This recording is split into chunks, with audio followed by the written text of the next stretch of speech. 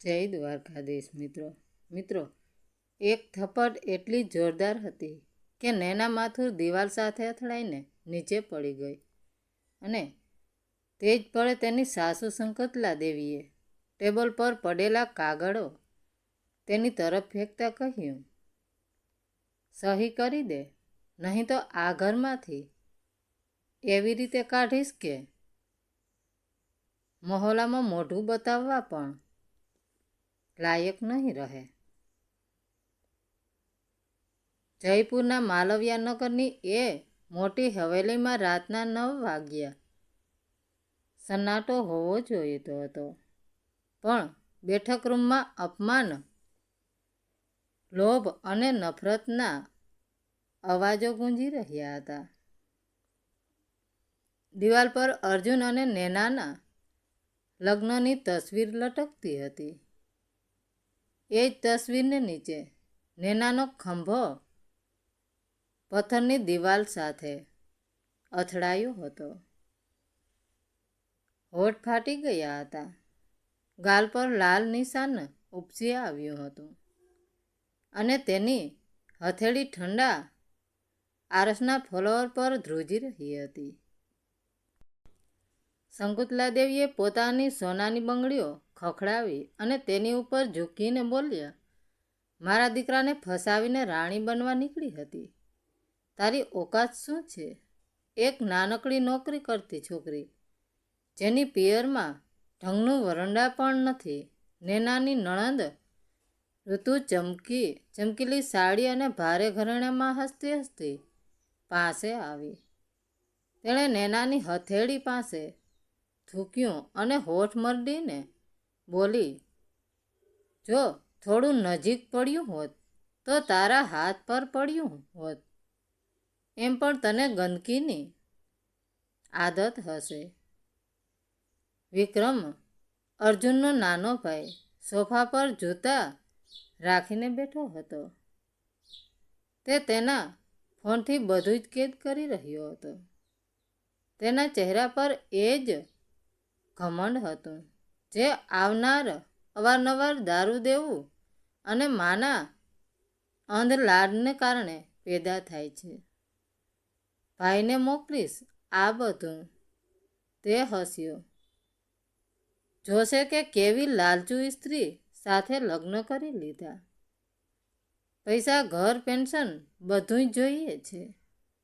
તેને નૈનાએ લોહીનો સ્વાદ અનુભવ્યો પણ અવાજ ન કાઢ્યો. આ ચૂપકીદી તેમને વધારે ભટકાવી રહી હતી. અર્જુન 4 મહિનાથી નૌસેનાની વિદેશી તેનાતી પર હતો. ઘરનો સભ્યોને પૂરો ભરોસો હતો કે તે 5 દિવસ પછી પરત આવશે. એ જ ભરોસામાં તેઓ એ રાત્રે ઘરમાં ઘૂસ્યા હતા. પહેલા મહિલાઓ સુધી ટોળા મારવામાં આવ્યા હતા. પછી ઋતુએ નૈનાના ઘરેણાં લગ્નમાં પહેરવાના નામે લીધા અને પાછા ન આપ્યા. વિક્રમે વારંવાર પરિવારની ઇજ્જતના હવાલા આપીને પૈસા માંગ્યા. શંકુતલા દેવી નૈનાની કબાટ બેંકની રસીદો અને ચાવીઓ શોધતી રહી.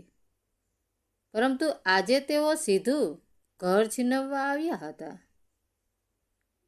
ટેબલ પર રાખેલી વાદળી ફાઇલમાં અધિકાર પત્ર, વેચાણની મંજૂરી અને મિલકત છોડવાના કાગળો હતા. આ એ જ ઘર હતું જે અર્જુનને લગ્ન પહેલા ખરીદ્યું હતું, પરંતુ છેલ્લા 3 વર્ષથી તેના હપ્તા નૈનાએ પોતાની નોકરીના પગાર અને બચતમાંથી ચૂકવ્યા હતા. તેણે ઘરનું સમારકામ કરાવ્યું, વીમો ઉતરાવ્યો, ભાડાની નાની ઓફિસનો હિસાબ સંભાળ્યો અને દરેક રસીદ સુરક્ષિત રાખી હતી. શંકુતલા દેવીએ પેન ઉપાડીને તેની તરફ ફેંકી. અહીં અને અહીં સહી કર, પછી ચૂપચાપ નીકળી જા. અર્જુન આવશે તો અમે કહી દઈશું કે તું કોઈ બીજા સાથે ભાગી ગઈ છે. નેનાએ ધીમેકથી માથું ઉચક્યું. તમે ખરેખર વિચારો છો કે હું એટલી મૂર્ખ છું? ઋતુ ઝૂકીને બોલી, મૂર્ખ નથી, એકલી છે. વિક્રમ ખડખડાટ હસ્યો. ભાઈ સમુદ્રને પેલે પાર છે. જ્યાં સુધી તેમને ખબર પડશે ત્યાં સુધી ઘર માના નામે થઈ ગયું હશે. શંકુતલા દેવીની આંખો નાની થઈ ગઈ.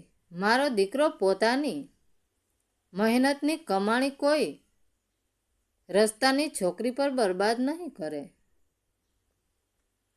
નેનાએ પોતાના ફાટેલા હોઠમાંથી લોહી લૂછ્યું.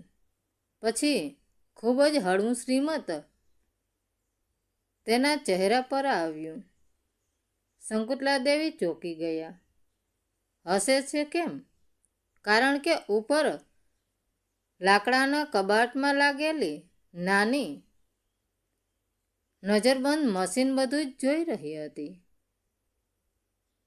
કારણ કે સોફા નીચે છુપાયેલો તેનો ફોન દરવાજો ખોલવાના સમયથી દરેક અવાજ સંગ્રહિત કરી રહ્યો હતો. કારણ કે 3 અઠવાડિયા પહેલાં અર્જુને તેને એ તમામ કાયદાકીય કાગળિયો મોકલ્યા હતા, જેના વિશે તેની માને કંઈ જ ખબર નહોતી. નેના નબળી નહોતી. તે રાહ જોઈ રહી હતી. તેણે કાગળો તરફ જોયું. પછી શંકુતલા દેવીની આંખોમાં, હું સહી નહીં કરું. ઋતુનું હાસ્ય બંધ થઈ ગયું. વિક્રમ ઊભો થઈ ગયો. શંકુતલા દેવીએ દાંત ભીંસ્યા. તો પછી આજે તારી છેલ્લી રાત છે આ ઘરમાં. તે જ ક્ષણે મુખ્ય દરવાજાની કુંડી ફરી ફરવાનો અવાજ આખા રૂમમાં કોઈ બોમ્બ ફૂટવા જેવો વાગ્યો. દરવાજો ખુલ્યો અને નોનેનાસના યુનિફોર્મમાં સજ્જ અર્જુન અંદર પ્રવેશ્યો. 5 દિવસ પહેલાં તેના ચહેરા પર એ જ કડકાઈ હતી જે સમુદ્રના તોફાનોનો સામનો કરતી વખતે હોય છે. તેની નજર સીધી ફ્લોર પર પડેલી નેના, તેના ફાટેલા હોઠ અને શંકુતલા દેવીના ઉગામણી રાખેલા હાથ પર ગઈ. વિક્રમના હાથમાંથી ફોન છટકીને નીચે પડી ગયો. ઋતુનો શ્વાસ અટકી ગયો. શંકુતલા દેવીના ચહેરાનો રંગ સફેદ પૂણી જેવો થઈ ગયો. અર્જુન, બેટા તું? શંકુતલા દેવીએ અવાજમાં બનાવટી મીઠાશ બનાવવાનો પ્રયાસ કર્યો. સારું થયું તું આવી ગયો. જો આ છોકરી શું કરી રહી છે? મારી પત્નીથી હાથ દૂર રાખો. અર્જુનનો અવાજ એટલો બુલંદ હતો કે બારીઓમાં કાચ ધ્રુજી ગયા. તે ઝડપથી આગળ વધ્યો અને શંકુતલા દેવીને બાજુ પર હળસેલેની નેનાનો ટેકો આપીને ઊભી કરી. તેણે નેનાના ચહેરા પર લાગેલા લોહીને પોતાના રૂમાલથી લૂછ્યું અને તેની આંખોમાં જોઈને ધીમેકથી પૂછ્યું, તું ઠીક છે ને? નેનાએ માત્ર હાકારામાં માથું ધુણાવ્યું.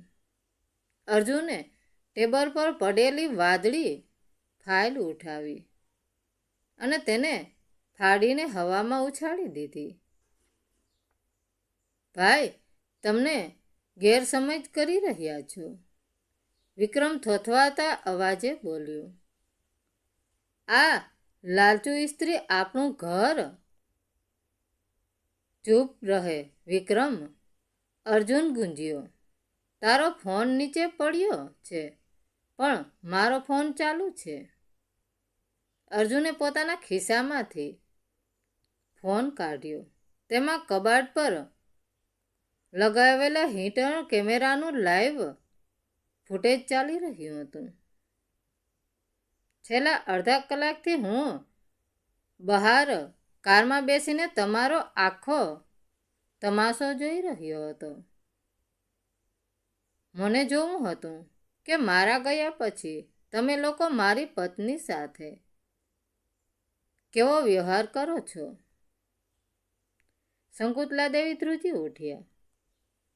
બેટા, તે અમારા જ પૈસાથી આ ઘર કયા પૈસામાં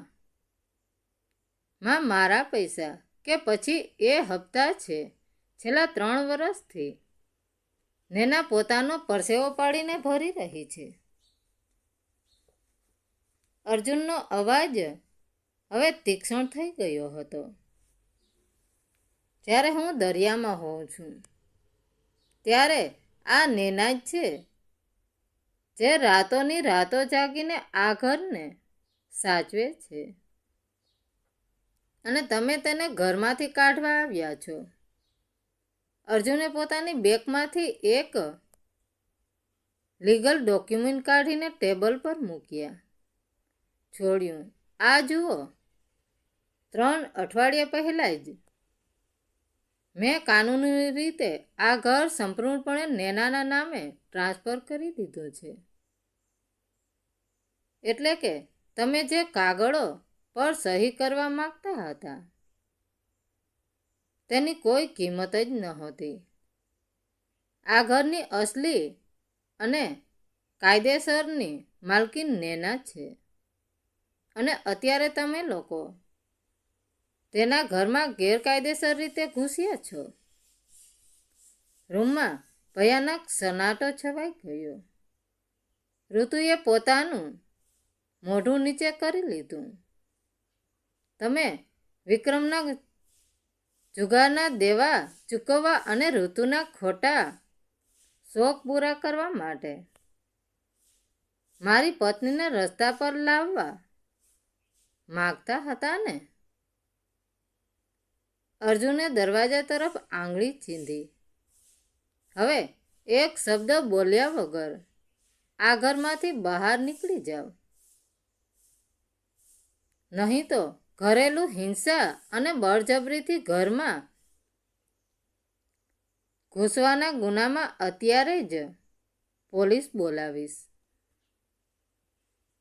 શકુંતલા દેવી, ઋતુ અને વિક્રમ સમજી ગયા કે હવે તેમની કોઈ જે ચાલાક કામ નહીં આવે. જે અહંકાર અને લાલચ લઈને તેઓ આવ્યા હતા તે જ લાલચ તેમને ભારે પડી હતી. ત્રણેય અપમાનિત થઈને માથું ઝુકાવીને એ ઘરમાંથી બહાર નીકળી ગયા. દરવાજો બંધ થતાં જ અર્જુને નેનાને ગળે લગાવી લીધી. નેના જે આટલા સમયથી પથ્થર બનીને બંધ સહન કરી રહી હતી તે હવે અર્જુનના ખભા પર માથું રાખીને મૂકીને રડી પડી. મને માફ કરી દે નેના, મારે આવવામાં મોડું થઈ ગયું. અર્જુને તેના વાળ પંપાળતા કહ્યું. નેનાએ આંસુ લૂછતા એક સંતોષકારક શ્રીમત સાથે કહ્યું, મોડું નથી થયું, યોગ્ય સમયે આવ્યા છો. આજે આ ઘર મારા ખરા અર્થમાં આપણું થઈ ગયું. મિત્રો, વાર્તા કેવી લાગી? સારી લાગી હોય તો કોમેન્ટ કરીને જરૂર જણાવજો. ધન્યવાદ મિત્રો. રાધે રાધે. જય દ્વારકાધીશ.